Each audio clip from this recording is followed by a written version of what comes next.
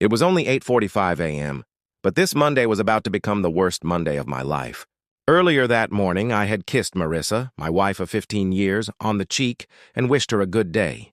She's a real estate agent. A damn good one, judging by her commissions and bonuses. She'd been that way for most of our marriage. "You have a good day," she said, in that fake realtor voice she liked to use. She knew I hated it and the little persona that came with it. Making matters worse was the smirk she gave me. It was as if she had a secret and she was hiding it. I made my way to the office, thinking about the pile of work on my desk. I had several reports to finish before the end of the month, which was only a couple of weeks away. As usual, I arrived at the office at 7:45, set down my briefcase, and headed for the men's room for coffee. Then it hit me. Standing at the urinal, it felt like a blade was being run through me. I couldn't help myself. I screamed in agony. My immediate supervisor, Alan Randall, was 2 stalls away. He heard me, finished, and came over. "Greg, what's wrong?" he asked, worried. "By the way, it's me, Greg Watson. I feel like I'm on fire," I managed. We looked down and saw greenish discharge. I'd never been so disgusted. "Okay, Greg," Alan said. "Go get checked out. Let me know what the doctor says. I need to finish these reports." "I can't," I moaned. "I don't know if I can—" "Don't worry about them," he interrupted. "I'll take care of them. You take care of yourself. If you need a few days off, let me know. You've got plenty of sick leave." "Thanks, boss," I said. "I'm sorry about this."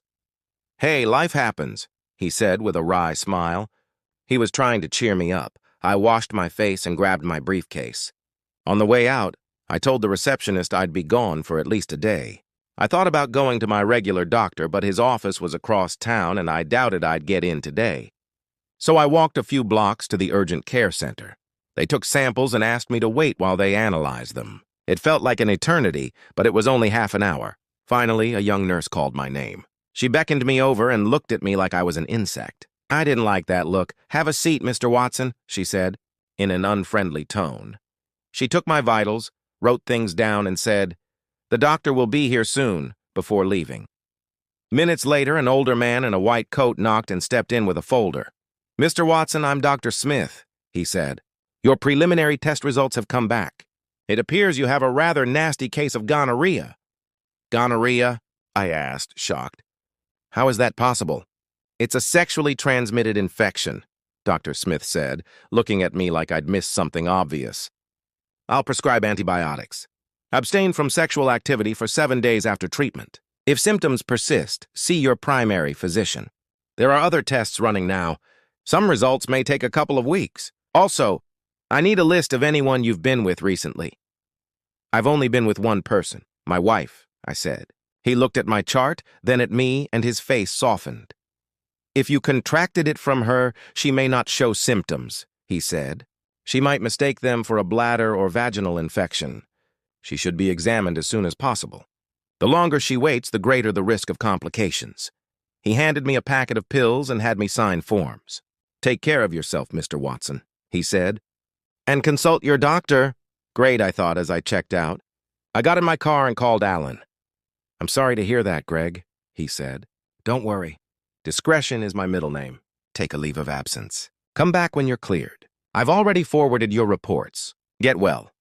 "Thank you," I said, and ended the call. My stomach dropped. I dreaded the next call, but I'd never kept things from my parents, and I wasn't about to start now. I hit speed dial. My father picked up.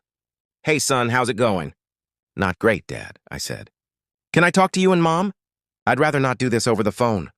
"Come over. We'll have coffee and talk," he said. It was as simple as that. A little background.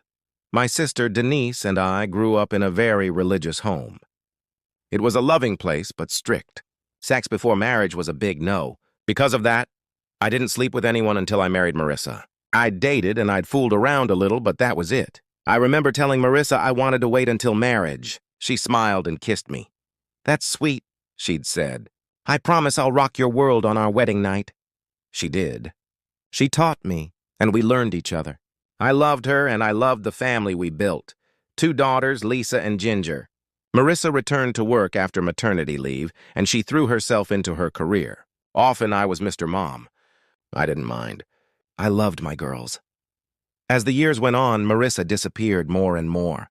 Seminars out of town, weekend retreats, week-long company trips. She always called, but something changed. She kept using that fake voice. I complained, but she wouldn't stop. I noticed her attitude toward work shifting. The girls noticed too, but I never thought she would cheat. At my parents' house that afternoon, Dad met me at the door with a hug. Mom poured coffee. We said a prayer. That's how we always started. And then my father asked, "What's wrong, son?" "I just came from urgent care," I said. "I have gonorrhea." "Oh my God," Dad whispered. He has a way of taking in truth and steadying himself. After an awkward pause, he asked, "Were you fooling around?" "No, Dad," I said. "Marissa is the only woman I've ever been with." "I believe you, son," he said. "I just wanted to hear it from you. What are you planning to do?" Mom asked. "I don't see any option but divorce," I said. "I can't trust her again. I can't let this go." "Adultery is a valid reason," Dad said quietly. "I hate that it's come to this. Hold on." He disappeared into his office and returned with a Rolodex. He found a card. "Gina Hawkins," he said. "She goes to our church. She's a family law attorney. I'll call her." Before long, Gina agreed to see me at 12:30. "Bring financials and tax returns for the last 2 years," she told me. "You'll have to tell Marissa about the STD," Dad said. "She needs testing. Maybe the girls should stay with us for a while. Bring them after school," Mom said. "We'll make sure they get to school on time." Dad hugged me at the door. "It'll work out," he said. "But don't do anything stupid. Remember Romans 12:19. Vengeance is mine. I will repay, says the Lord. I drove home and dug through files. 8 years earlier, Marissa had wanted to file separate tax returns. I agreed without thinking much of it. Now, looking through her returns and bank statements, I found a stash, almost $1 million saved over 8 years. An exit strategy, maybe.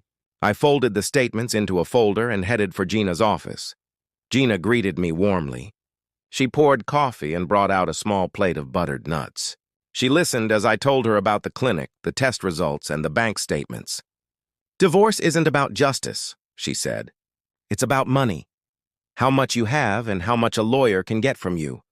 This is a no-fault state, and adultery is hard to prove. The STD helps, but her lawyer could say you got it elsewhere." "The money?" "She can claim it was for retirement." "So I'm unlucky?" I asked. "No," she said. "I can get a private investigator on this as early as this afternoon. If she's playing, we'll catch her. It'll be expensive, but you'll have evidence for court. Gather everything you can. Phone records, car models, license plates, addresses." I opened a phone finder app. Marissa's phone pinged to a house on the north side of town. Gina made the call to her PI and emailed him the address. Then she asked about custody. "Lisa is 14. Ginger is 13. Courts usually favor the mother, but we'd try." She gave me the name of a lab for paternity and other tests and handed me a checklist. "Don't do anything stupid," she said. "We'll get through this." At home, the girls came bursting through the door. "Daddy, you're home!"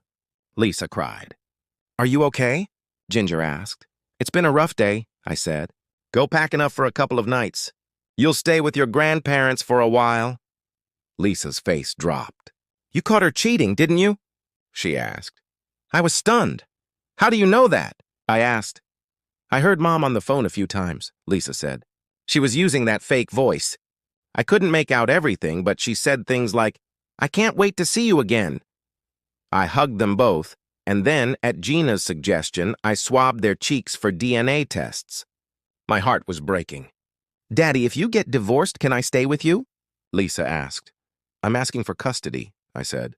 "But the courts usually give it to the mother." "I'll do my best." We dropped the girls at my parents'. Dad hugged them and said, "We'll pray. Call us when you can." At the lab, the receptionist said results should be back by the end of the week. On the drive home, I called Loretta, Marissa's older sister. She told me Marissa had been wild when she was young, a string of men, partying, cheating. "I thought she'd calm down," Loretta said. "I'm so sorry, Greg. She can stay at our place if you want." That evening, Gina called with preliminary information from the PI.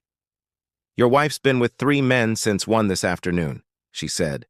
She emailed photos, video, and a summary. "Don't watch the video," she warned. "Listen to the last few minutes." I opened the file and listened. In the audio, Marissa sounded casual. He doesn't know, she said. He thinks they're his. That's the main thing. She talked about waiting until the girls were grown, then leaving. She smiled about plans to run away, maybe retire in Costa Rica. Hearing it, I felt sick. My chest ached. 15 years of my life, it felt like ash.